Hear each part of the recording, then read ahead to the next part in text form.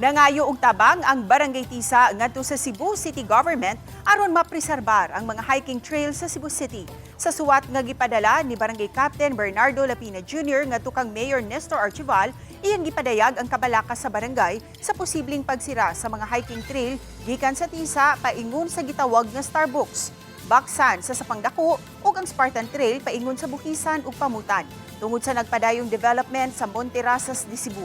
Matud pa sa barangay, pipila sa mga agianan padung sa Starbucks ang nasirhan na tungod sa ongoing nga development. Apektado usab niini ang mga vendor sa Starbucks nga nahimutang haduol sa boundary sa Barangay Tisa kay ang yuta posibleng gamiton isip kabahin sa expansion sa Monterrasas de Cebu. Bisan pa sa pagsuporta sa progreso ug kauswagan, giparehag sa Barangay Tisa nga importante usab nga panlipdan ang mga hiking trail nga kanunay gamiton sa gatusan ka mga residente matag semana alang sa recreation, ehersisyo ug kahimsog. Giparehag sa Barangay Tisa ang ilang pagsuporta sa mayor sa pagpalambo sa Cebu City ug naglaom nga suportahan usab sila sa mayor kabahin sa ilang hangyo.